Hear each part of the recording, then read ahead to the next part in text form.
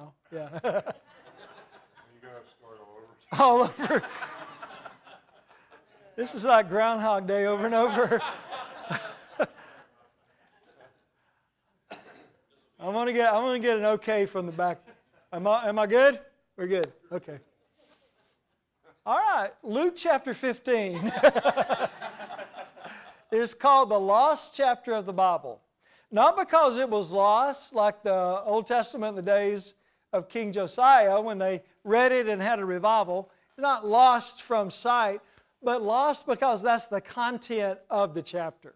It's about lost things.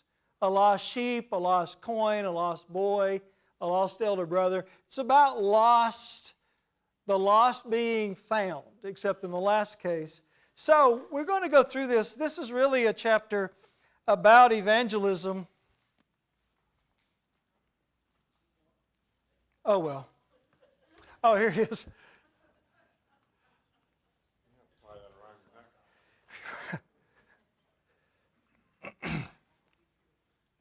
I might not volunteer to teach all day again. I don't know. Although I thoroughly enjoyed it, I just don't know how much you're getting out of it anymore. Here we go. Here we go. Here we go. Luke 15. I want to do some numbers with you here. I want to start with the three key words of evangelism from Luke 15. And we're just going to excerpt a word from three different parables. And this will really lay the foundation for what we'll see beyond this. But the first word is the word go in verse 4. Let's just read verse 4. I'll come upon it. What man of you having 100 sheep, if he lose one of them, doth not leave the 99 and go after that which is lost until he find it? So a church, a non-visiting church and a non-visiting community never get together. So the church has to go out so that the community will come in. We're long past the day, if there ever was a day, when we could say, everybody welcome, and open the front door on Sunday morning and a line of people come in. That's not the world we live in. We've got to go make sure they know we want them to come. And that often is not just passing out flyers or going to the public market and saying, come Sunday. It's more about talking to friends and relatives and neighbors that we already have a relationship with, because they're the most likely to accept our invitation. And we talked about that early in the day, and I won't reiterate it except to say, invite someone to come and sit with you on your pew Sunday. And if we all do that, we won't all have somebody visit every week, but all of us will have somebody visit eventually. And on any given Sunday, we may have 3, 5 visitors that have come because we're always talking about the church, and I've got to come and check this out. So we go so they will come. Now, the second key word is the word sweep, and we talked about that in an earlier lesson, and that's in verse 8. If you want to circle these words, go in verse 4 and then sweep in verse 8. She is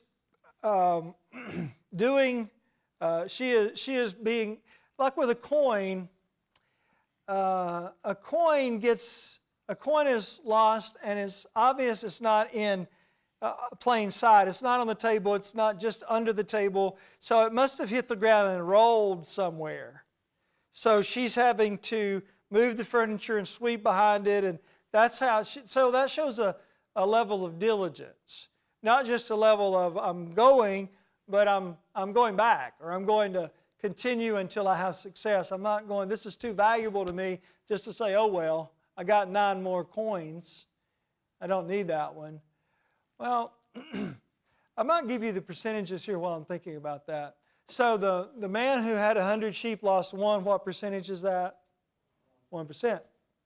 So he could say, well, I got 99%. That's acceptable loss, 1%. Any business would be happy with a loss of only 1%, so I'm okay.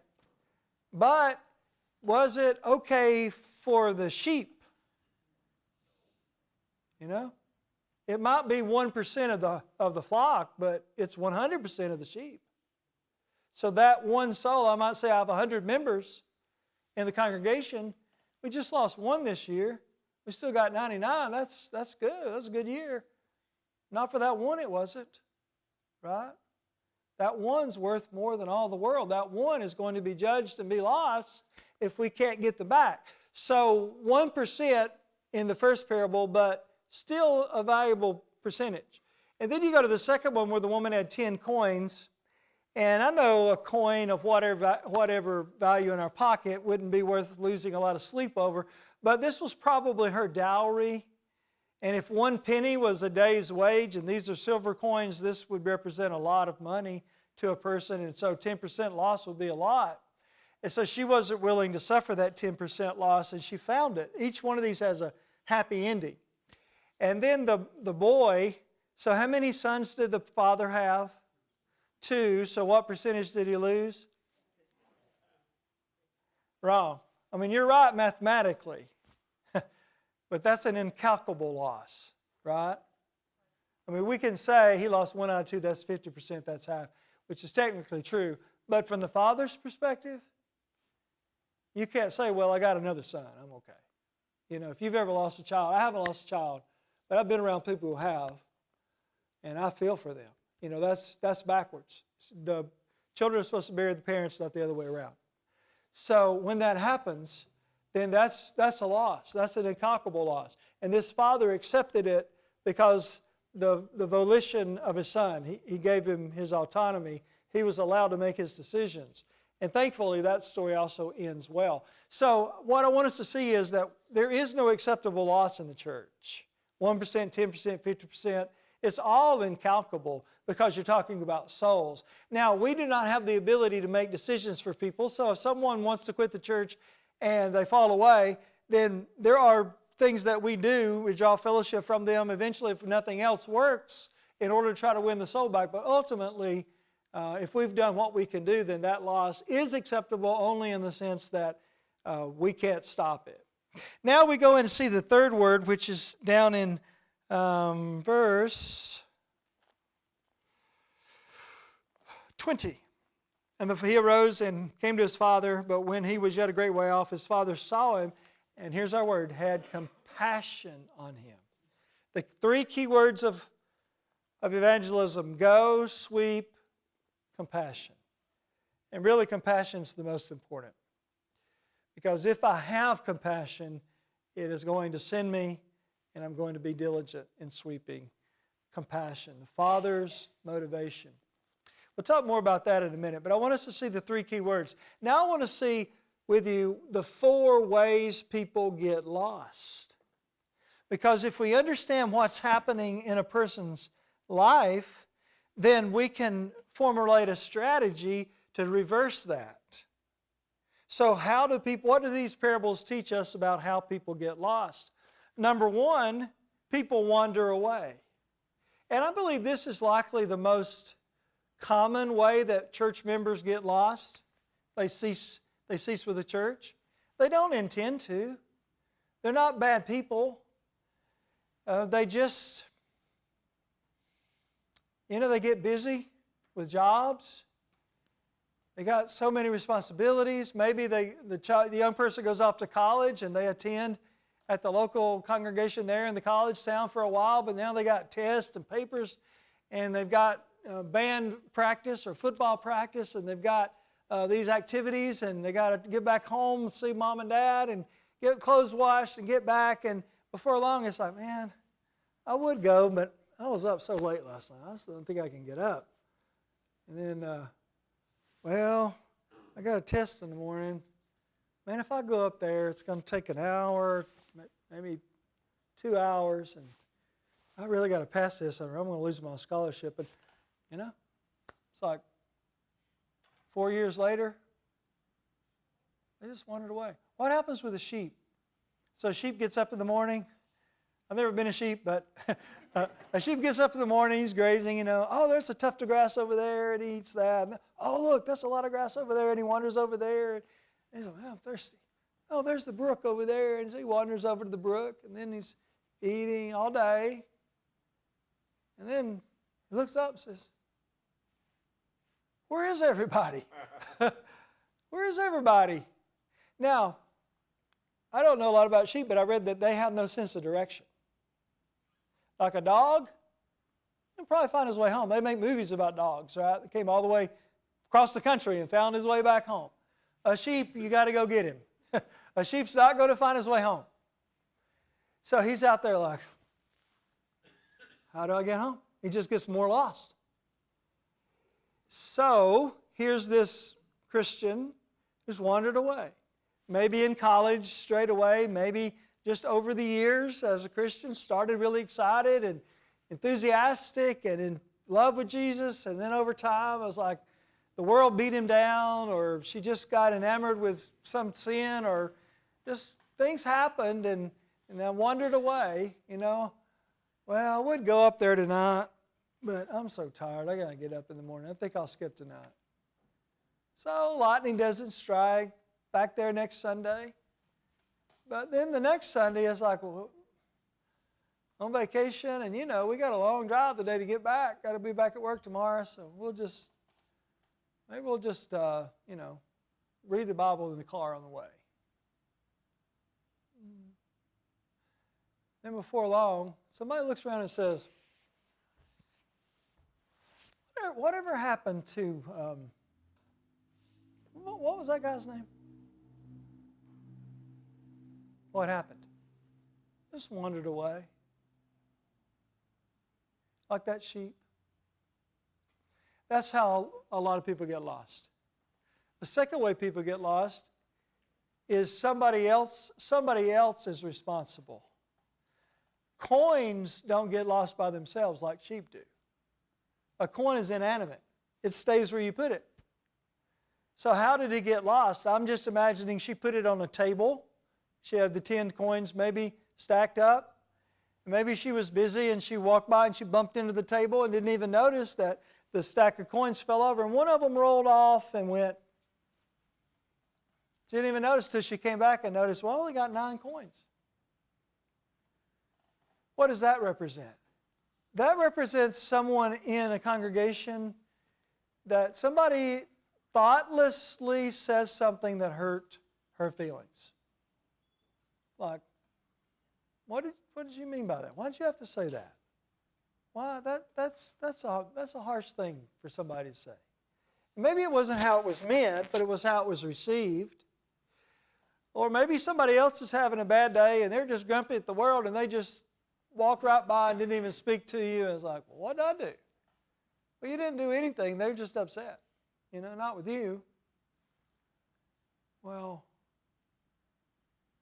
or maybe an elder makes a decision. Eldership makes a decision. Well, Or the preacher preaches a sermon and, well, he just flew all over me. He was just preaching that right at me. The times I've been accused of that. I had no idea this person was going to be offended by that. It was just a sermon, And I have learned that if you ever prepare a sermon for one person, inevitably that person is not there that week. You can just mark it down. They're going to be sick or out of town. So it doesn't do any good. Just preach the word, But people get upset with other people. And there is a protocol for that, right? The protocol is in Matthew 18, 15 through 17. I did a class on this the other day. It's called God's Protocol for Conflict Management. And it says if somebody offends you, go talk to them. It didn't say go talk to somebody else. It didn't say go tell the elders this guy offended me. That's not what it said. Or go tell your friend in your Bible class, I'm mad at that guy in the other class. Because that's easy to do.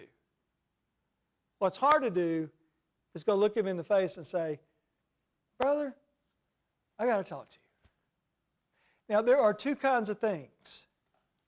Now, that is hard to do. So what it makes us do is determine if this is worth it or not. So most things that offend me are really not that big a deal. Like somebody walked by and didn't speak to me. One time I did that. Somebody had asked for a tract. We had like a bunch of tracts out in the foyer, right? So I knew where this particular tract was. It was on all the way on the other end in the first rack. There was like 8 or 10 racks of tracts, and I'm over here. They said, do you have a tract on this or whatever? said, yeah. And I was like tunnel vision, straight to get that tract. I walked right by somebody, didn't speak to them. They're like, and I was coming back to give the tract to the person. They said, are you mad at me? No, I'm sorry, I just one track mind, Yeah, a lot of times people are that way. And then if somebody didn't speak to me on purpose, and I go home and I say, that didn't sit right with me. And I say, do I need to go talk to him about it? Well, that's going to seem really silly for me to go tell them, I'm upset with you because you didn't speak to me. So it helps us to sort through what's important and what isn't important. Because the truth is, do I ever have a bad day myself? Am I ever out of sorts? Am I ever preoccupied with something going on in my life? Yeah, if I expect people to cut me a little slack, then what should I do to them? Cut them a little slack, right? So it sorts into two categories. One is not sin. Leave it alone. Drop it. Get over it. In your family, you do that. Does your wife never make you mad? Husbands? Oh, I know about husbands. Right? Yeah, or your parents, your kids, your brother, your sister. Yeah, but we still love them, and we get over it. It's not a big deal, right? But if it's sin, then we have to kick in the protocol. Protocol is go talk to him. And say, brother, I need to talk to you. I've been on both ends of this conversation. You probably have too. And it gives the person a chance to say, I didn't mean it that way.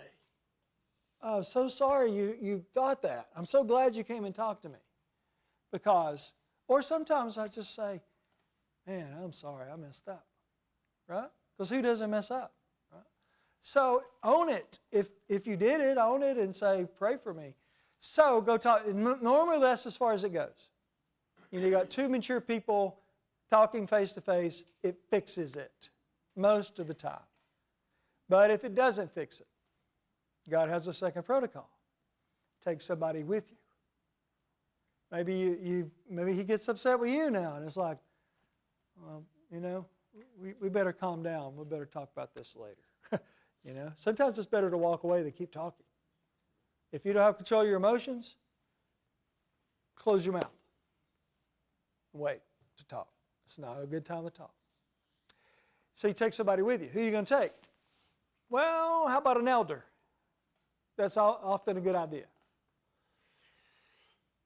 Or it might be a mutual friend that both of you respect.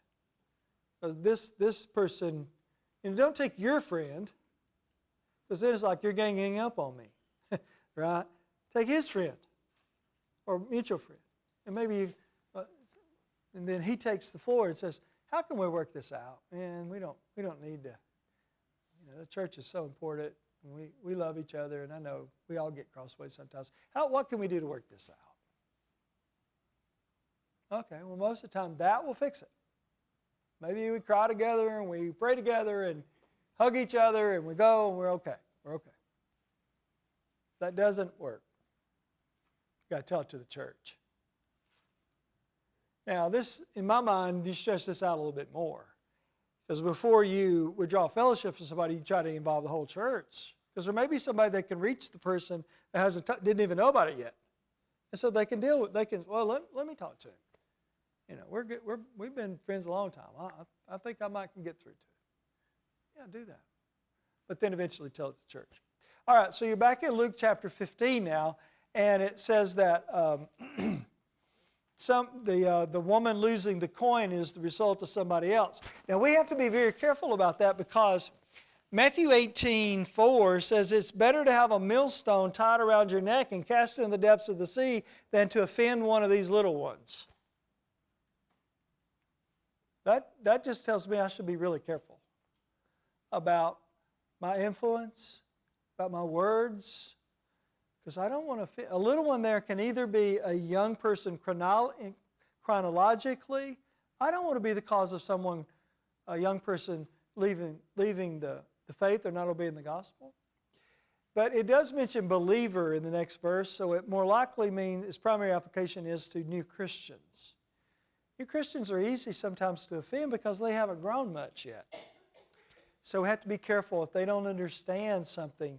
Romans 14 and 15 tells us, well, Romans 14:21 says, if meat make my brother to offend, I will not eat any meat while the world stands. I mean, I like steak, right? I like all kinds of meat. But Paul said, if my brother thinks it's a sin to eat meat, I don't have to eat meat to go to heaven. I'll give it up. Well, we don't need to be overbearing, and we need to let people have their space. You know, we have our scruples. A scruple is an application of a text that I take to mean something more than someone else takes to mean. Like, I'll give you an example. These always get me in trouble. Any preacher that goes here gets in trouble because of scruples, but I'll tell you a couple. Maybe I won't even say what I believe about this. That way I don't get in trouble.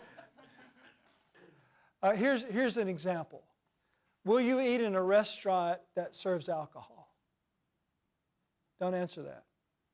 Some people have a scruple about that, and they'll say, I'm not going to eat in this restaurant because they serve alcohol. I'm not talking about going into a bar. I'm talking about, Cracker Barrel sells beer, right? So, or what about this one? People probably generally are too lax on what entertainment choices they make, like movies. But some family may say, well, we're okay with PG movies. We check it out before we go and take our kids, but another family may be like, no, we don't do that. What we told our kids on certain things, we have our family rules. They're our rules. They're not necessarily the elders' kids' rules or other youth group rules, like what clothes you wear.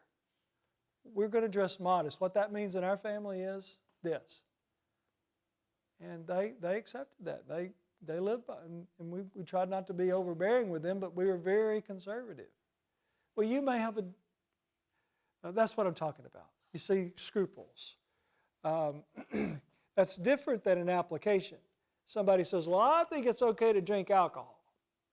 Well, no, because Proverbs 23 says, look not on wine when it's in the cup. Ephesians 5:18, be not drunk with wine. What is that? Well, I think we talked about it. I don't remember. Yeah, all runs together. Be not drunk with wine. Begin to be soft with wine. And what about my influence? We talked about that, I think, on Sunday. All right, the third way that people get lost is in verse, let me back up a page,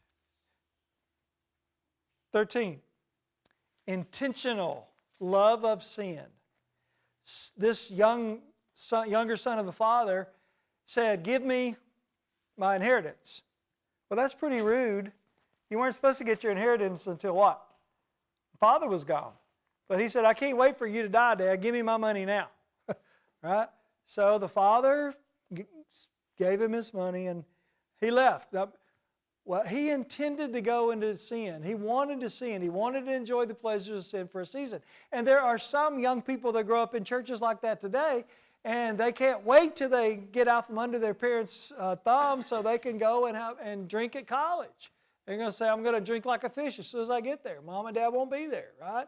Or they're like, I'm going to live it up. They intend to sin. Their religion is not, they've been practicing it surface-wise, but in their heart they haven't. They're like this son. This son in his heart, he wanted to go live riotously. Well, that's the hardest kind of sin to come back from. Presumptuous sin, on purpose sin. And Psalm 19, 13, and 14 talks about forgive me of secret sin and keep me back from presumptuous sin. Two different kinds of sins there. Secret sins, they're sins that people don't know about that I do, that I know about, or they can be sins that I don't even know that I did because I didn't know it was wrong, but I did it, or I didn't do it and I should have. But presumptuous sins, I know they're wrong. It's like, I know this is wrong, but I'm going to do it anyway. Well, that's a hard heart. And a hard heart has to be softened to repent. And sometimes it's a hard way back because the bottom You know, you got to sink to the bottom before you look up sometimes. And anyway, that's another way that people get lost is they just love sin. The fourth way is lost at home, and that's the elder brother. When the younger brother finally comes home and his elder brother asks the servants, what's going on here? And they say, your brother's back, and he's not happy about that. That's in, verse 25, 26, 27, 28, he was angry. So this is somebody who's lost in the church. I mean, they're still attending, but they're lost because they have bad attitudes. You know, you could be lost for sin of commission, or rather a sin of the flesh, or you could be lost for a sin of the Spirit. Sin of the Spirit is hate or a lot of sins that you can commit on the inside. All right, now let's go into this parable and these parables and look at the 7 steps to win a sinner back. If I ask you, and I'm not asking you, but if I ask you, is there anyone that used to attend this congregation or your congregation, wherever you're from, that's not attending anymore, but they're still in town? There's probably no congregation in our brotherhood that wouldn't say yes. In fact, I heard one old preacher say, if we could get everybody back that used to attend, all of our buildings would be full. I don't know if that's the case or not, but I certainly know that they would be fuller in most places, maybe everywhere. All right, so we've got this person. I have a relationship with him, I knew him, I know him, or I enjoyed when they used to come. So that's like the sheep that went astray. And there are 7 steps that the shepherd did to get that sheep back. And it ends with a good, happy story. I won't discuss these in detail, but I will give them to you in the text. And when he cometh, verse 4, if he lose one of them, doth not leave, there's number 1, leave the comfort zone.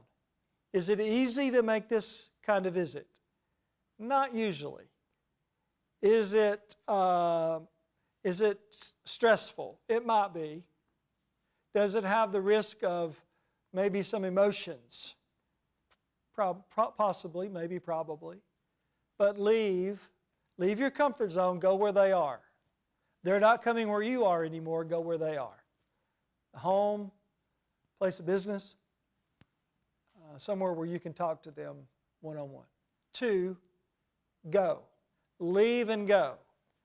So maybe you go to their house and they're not there. Well, so I wonder if he's at work. I'm going to go. In other words, there's persistence in the word go. I'm leaving my comfort zone, but I'm going to where the person is. Number 3, stay. That's in the latter part. Go after that which is lost. What's the preposition there?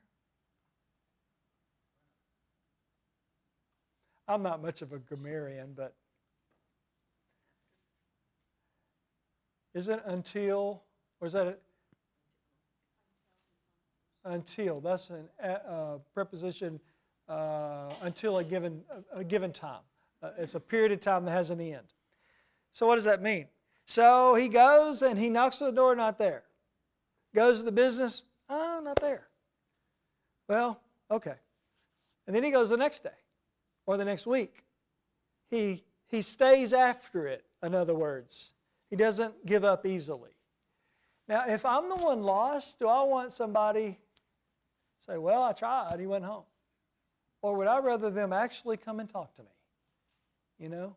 I might not on the surface, but really deep down. And we ought not wait too long for that. What happens, somebody decides not to go to church Sunday. They expect people to contact them right away. We missed you. Where were you? Nobody contacts them sometimes, right? So then the next Sunday, they're not there. And maybe the elders were busy and didn't really notice in the congregation that this person was out. So the first Sunday, second Sunday, they said, do you see so-and-so? No, they weren't there today. I bet they're on vacation. They're probably on vacation. So then it's 3 Sundays. And somebody said, what happened to so-and-so? I bet somebody's sick. I bet they're home with their mother, you know. And then it's 4 weeks. And then somebody says, I don't think they've been here in a while. Well, I'll bet they'll come back. And then it's 5 weeks. And you know what they're saying back home? That church doesn't love me. That church doesn't know that I even exist. I've been gone for 5 weeks, and nobody's even called me.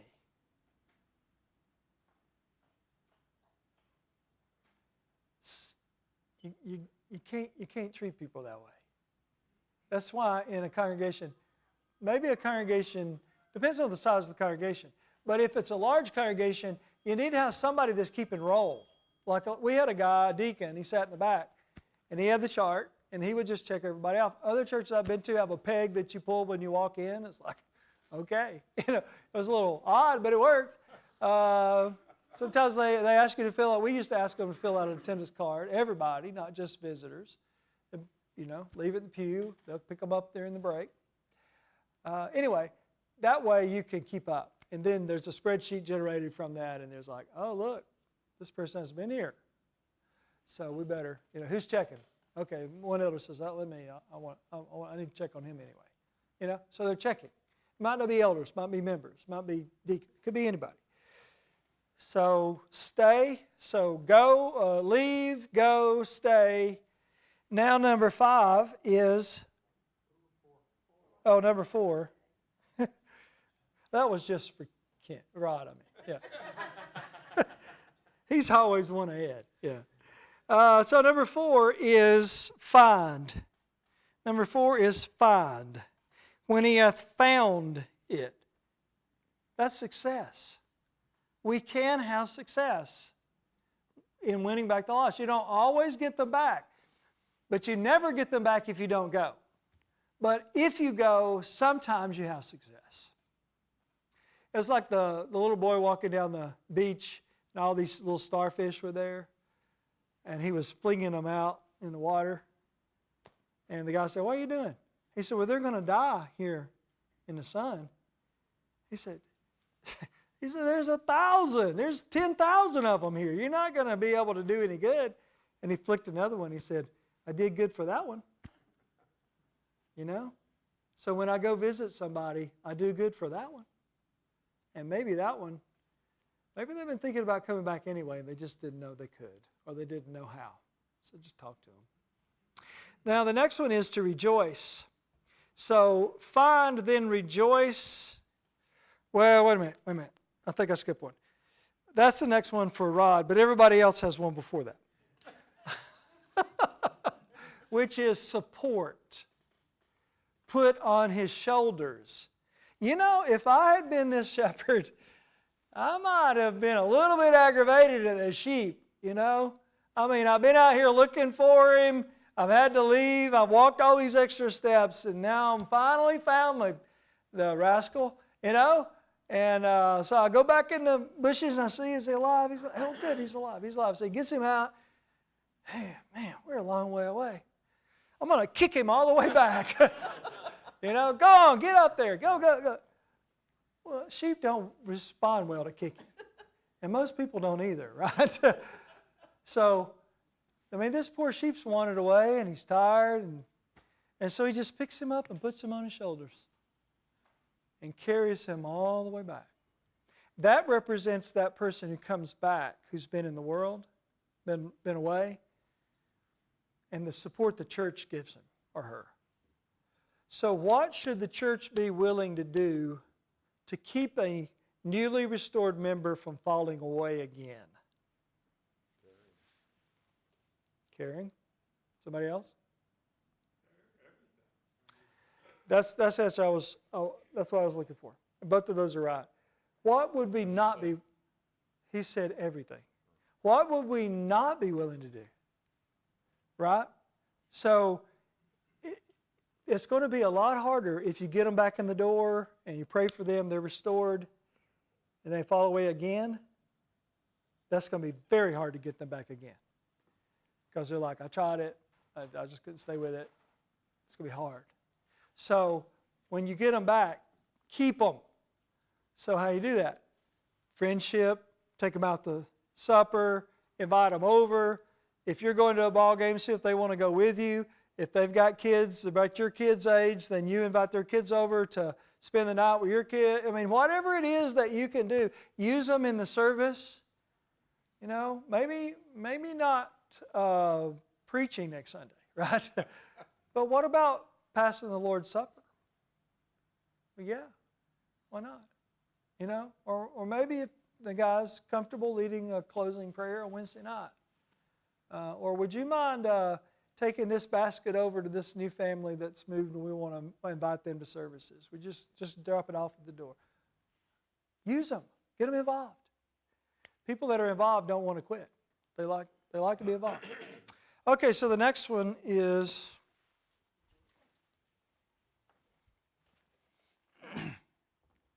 next one is rejoice. That's right. So there's not enough joy in the world. So enjoy your successes.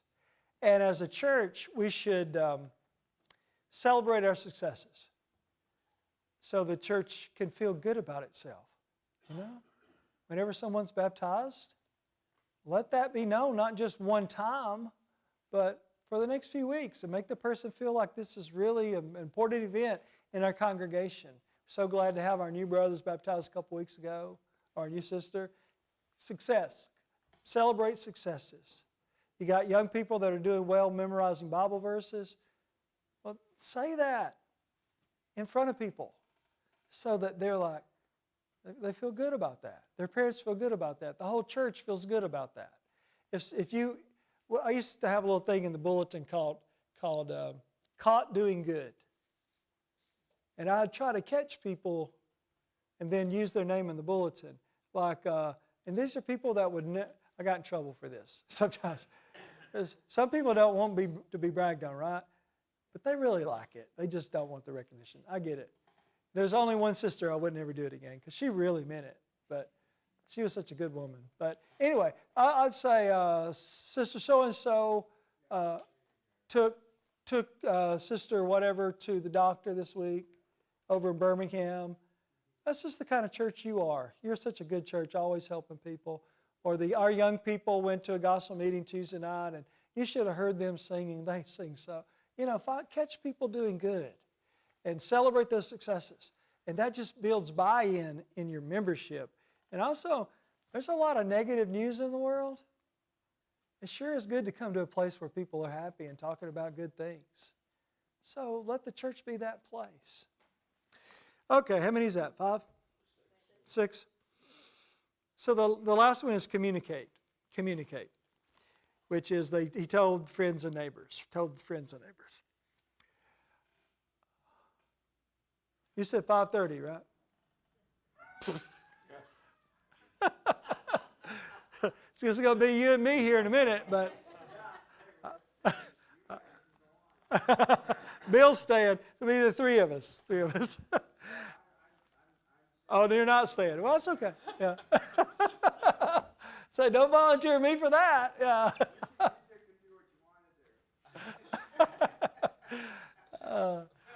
Do what you want to, but I'm not going to be here for it.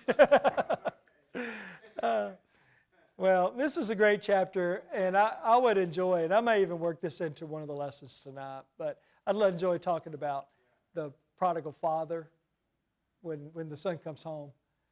But maybe I'll use that for an invitation tonight. We'll end here since that fast clock has already spun again. So, and Drake over here is barely keeping his eyes open at this point. So, but he has kept them open the whole time. And these folks drove. How far did y'all drive? 2 hours to be here today. You know, there are some people that wouldn't come across the street to be preached to all day. And you got people driving 2 hours to study how to serve the Lord, and that's so wonderful. And these aren't the only ones. Others in here and all during the week. It's just been impressive. So many people have driven to support the gospel and to be a part of this series. It's been encouraging. But let's have is it okay I'll turn it over to you if you want to say anything. You know? Okay. So let's just close out with a word of prayer. And I think we have supper after a while too, so I don't know about that, but somebody else say something about that. Who hasn't led a prayer that would? How about Samuel lead it? Yeah, let's all bow together. Sam, lead us in a prayer.